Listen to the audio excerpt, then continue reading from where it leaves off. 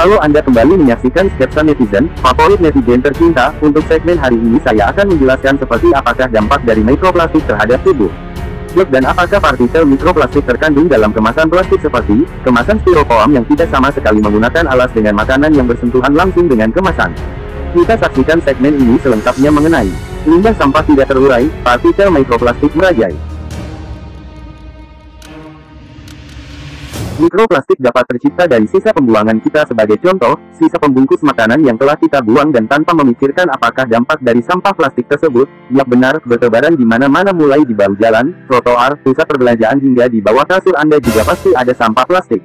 Untuk mengetahui lebih jauh mengenai episode ini, di manakah tempat paling banyak ditemukannya sampah plastik yang kelak akan melepaskan partikel mikroplastik? Jawaban pertamanya adalah sekolah. Seperti yang diketahui, setiap sekolah-sekolah akan menghasilkan sampah plastik terbanyak perharinya. Pertama, berapakah ukuran dari partikel mikroplastik atau MCP?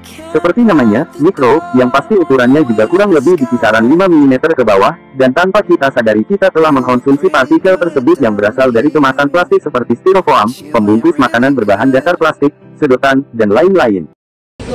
Tanpa kita ketahui, menggunakan tempat makanan berbahan dasar plastik yang tidak sesuai dengan titik didih air, kapasitas temperatur, dan penyimpanannya dapat membuat pelepasan MCP lebih banyak. Akan tetapi untuk kemasan gelas atau piring plastik yang diisi dengan air panas akan menghasilkan MCP dalam bentuk cair. Kita dapat melakukan sebuah eksperimen menggunakan besi yang sudah dipanaskan sesuai dengan temperatur makanan yang akan kita konsumsi, dan hasilnya, mikroplastik dalam bentuk berupa benang-benang halus terlihat dengan mata. Dan bagaimana dengan makanan yang kalian konsumsi? Dan dampak dari partikel mikroplastik itu sendiri beragam dan sangat berbahaya bagi kesehatan, seperti berpotensi menjadi racun bagi sistem imun, sistem saraf, sistem endokrin, dan sistem reproduksi, serta memicu pertumbuhan sel kanker, reaksi alergi, kerusakan sel, gangguan metabolisme, dan gangguan hormon. Mikroplastik juga tergolong dalam dua jenis seperti MCP sekunder dan primer. Mikroplastik primer. Mikroplastik primer merupakan plastik yang diproduksi dalam ukuran kecil. MCP sekunder sendiri sering didapati pada produk kosmetik berupa scrub. Selanjutnya, mikroplastik sekunder berasal dari fragmentasi dari pengecilan ukuran partikel plastik. Ini sering kita jumpai pada kemasan plastik tipis, seperti kantong plastik dalam kondisi laput yang diakibatkan adanya paparan sinar matahari, menjadi penyebab berkurangnya kualitas, ataupun plastik tersebut menjadi laput akibat terlalu lama terendam di air mengandung unsur asam tinggi.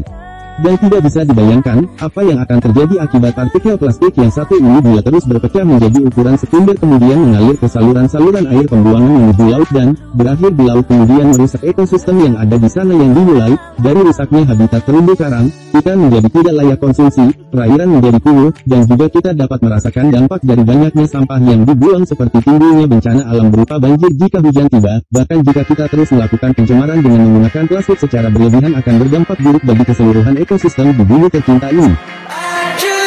Terima kasih Anda telah menonton episode Sketsa Netizen. Semoga terhibur dan sampai jumpa.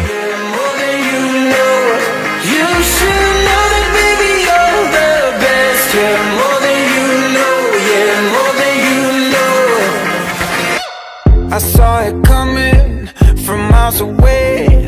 I better speak up if I got something to say, 'cause it ain't over until she sings.